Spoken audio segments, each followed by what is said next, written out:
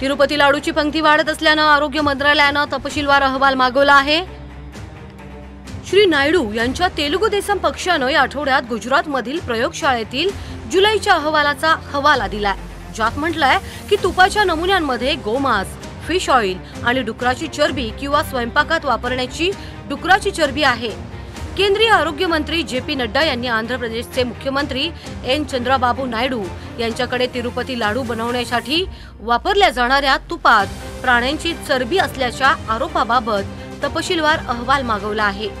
लाडू हे मंदिरातील देवतेला प्रसादम असतात आणि दरवर्षी येणाऱ्या कोट्यावधी भाविकांना अर्पण करतात। दरम्यान अन्नमंत्री प्रल्हाद जोशी यांनी या प्रकरणाची सखोल चौकशी करण्याची मागणी केली आहे। मुख्यमंत्री जे काही म्हणाले ते गंभीर चिंतेची बाब आहे। सखोल चौकशीची गरज आहे आणि दोषीला शिक्षा झालीच पाहिजे।